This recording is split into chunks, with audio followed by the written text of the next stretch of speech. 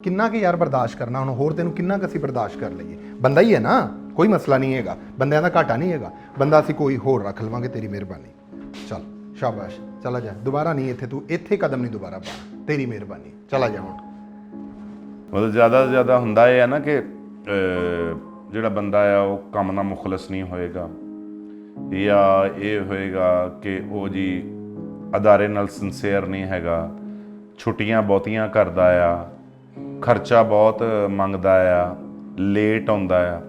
ਮੁਲਾਜ਼ਮ ਦੀ ਗਲਤੀ ਨਾ ਜਿੱਡੀ ਮਰਜ਼ੀ ਵੱਡੀ ਹੋਵੇ ਨਾ, ਉਹਦੇ ਘਰਦਿਆਂ ਦੀ ਮਜਬੂਰੀਆਂ ਤੋਂ ਜ਼ਿਆਦਾ ਵੱਡੀ ਨਹੀਂ ਹੁੰਦੀ।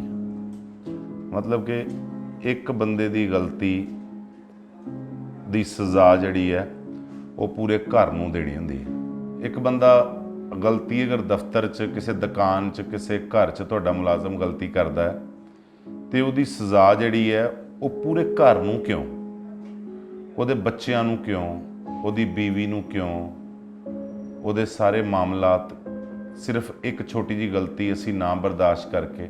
ਠੀਕ ਹੈ, ਇਸ ਗੱਲ ਨੂੰ ਮੈਂ ਤਸਲੀਮ ਕਰਦਾ ਹਾਂ ਕਿ ਮੁਲਾਜ਼ਮ ਨੂੰ ਵੀ ਆਪਣੇ ਕੰਮ ਨੂੰ ਪੂਰੀ ਇਮਾਨਦਾਰੀ ਨਾਲ ਕਰਨਾ ਚਾਹੀਦਾ ਆ, ਪਰ ਗਲਤੀਆਂ ਕੁਤਾਹੀਆਂ ਤੇ ਫਿਰ ਬੰਦੇ ਦੇ ਵਿੱਚ ਹੀ ਹੈ ਨਾ। ਬਸ ਗਲਤੀਆਂ ਦੇ ਟਾਈਪ ਫਰਕ ਹੁੰਦੇ ਨੇ।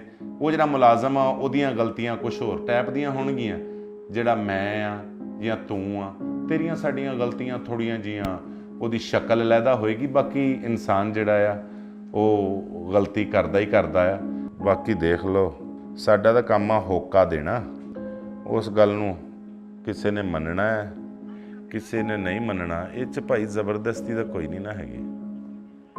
ਇਹ ਤਾਂ ਖੁਸ਼ੀ ਦੀਆਂ ਵੰਗਾਂ ਨੇ, ਜਿਹਦਾ ਦਿਲ ਕਰਦਾ ਪਾ ਲਵੇ, ਜਿਹਦਾ ਦਿਲ ਕਰਦਾ ਨਾ। ਹਾਂ ਦੁਰਮਟ, ਕਿੱਥੇ ਆ ਯਾਰ ਤੂੰ? ਚੱਲ ਯਾਰ ਤੂੰ ਇੰਜ ਕਰਨਾ, ਤੂੰ ਵਾਪਸ ਆ ਯਾਰ। ਉਹ ਨਹੀਂ ਯਾਰ, ਤੂੰ ਵਾਪਸ ਆ ਜਾ ਯਾਰ ਤੂੰ। ਉਹ ਨਹੀਂ, ਕੋਈ ਮਸਲਾ ਨਹੀਂ ਹੈ, ख़त्म हो गई ना गल, ख़त्म हो गई मेरा वीर। तू वापस आ यार, अल्लाह मेरा सब दा रिज़्क लाई रखे।